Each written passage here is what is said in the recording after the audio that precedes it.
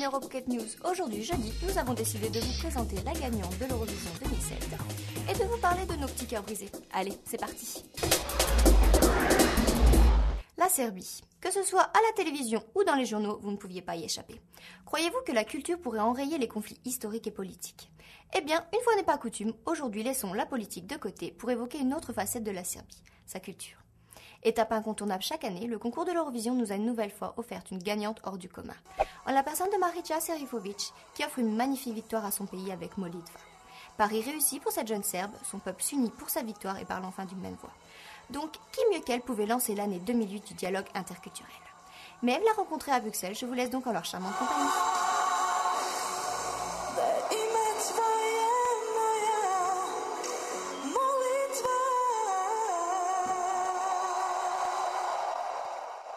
So tell us about yourself. What do you want to know? Where you're from, your age, Serbia, 23, Maria, my name, Serifovic. What else? But what makes me different to you? What makes? What makes me different to you? You won the Eurovision? Well, that's the only thing. That Eurovision was a really big experience for me. And after that, actually, did not change so many things except I have more business to do. In private, I'm the same person, and I want to stay the same person before and after that. When I'm at home and I have a free time, and I speak with my friends, okay, guys, tell me, did something change? If something changed, you do that. I want to stay cool and normal. They are a big support. Actually, I don't have that so much friends. And I think that it's a good thing because when you are popular, there is no chance to have a lots of friends. So I respect them because I'm too, I cannot remember the right word, but how to say, I'm normal, but I'm not normal.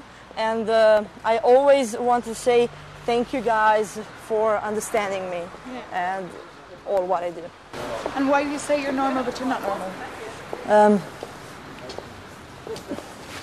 First of all, the way I'm looking. Let's do, for example.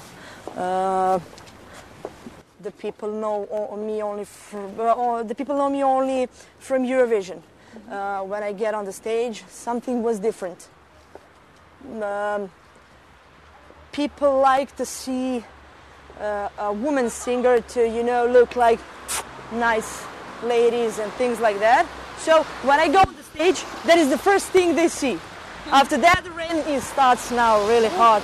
And do you feel like a pop star, or do you feel like an example of European music? Like Eurovision is such a European competition, it brings all European countries together.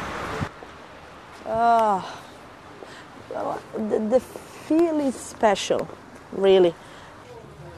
I don't know. I really don't know. For me, the most important thing is to... Actually, I don't think about all that things. My job is to get on the stage, sing perfectly.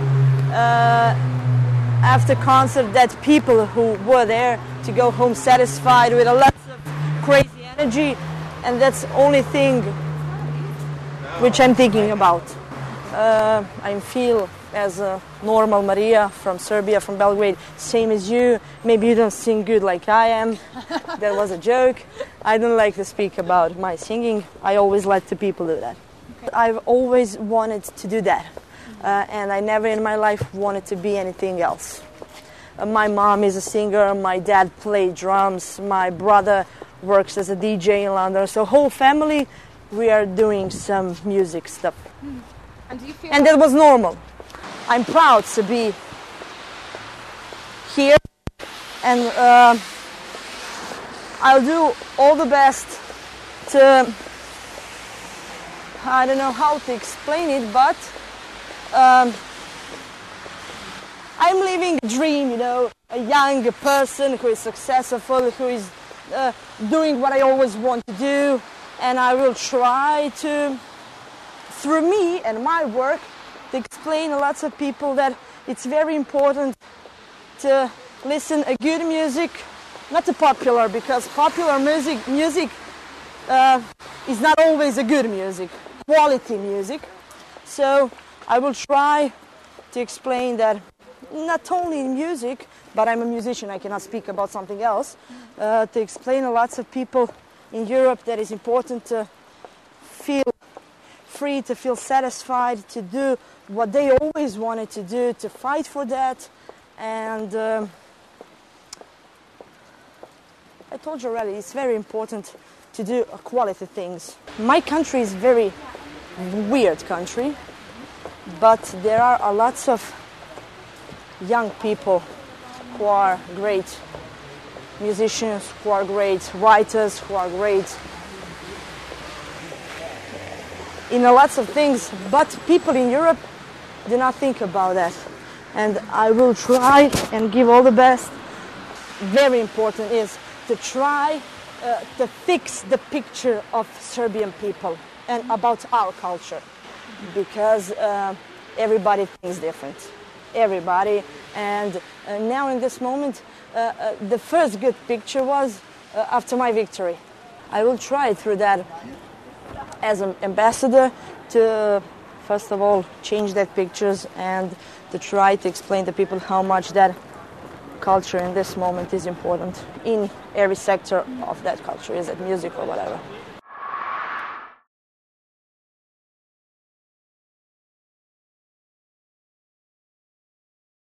La Grande-Bretagne veut surpasser le Danemark. En quoi? En énergie éolienne. Londres veut tout simplement que les 25 millions de foyers britanniques soient alimentés en électricité par 7000 éoliennes parsemées tout le long des côtes anglaises. L'objectif étant d'atteindre les 33 gigawatts pour alimenter l'ensemble des foyers d'ici 2020, afin de remplir les obligations concernant l'objectif européen, 20% d'utilisation d'énergie renouvelable.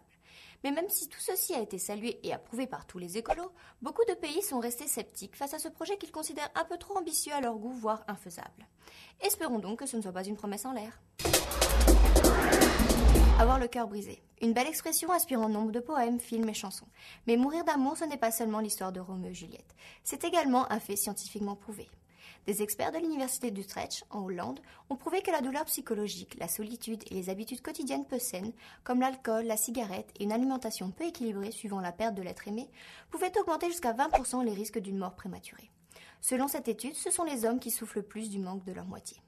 Mais cette observation ne s'applique pas seulement aux êtres humains, puisque les animaux, eux aussi, ont des sentiments. Cette semaine, en Italie, un dauphin s'est laissé mourir, son cœur s'étant brisé après la mort de son maître. L'hymne à l'amour d'Édith Piaf prend alors tout son sens. Voilà, c'est fini. Rappelez-vous tout de même qu'aujourd'hui est un jour important, puisqu'à Lisbonne, les 27 États membres se retrouvent pour la signature du nouveau traité européen. Mais pas de panique, on vous racontera tout ça demain matin, ici même à vos Pocket News. Ciao!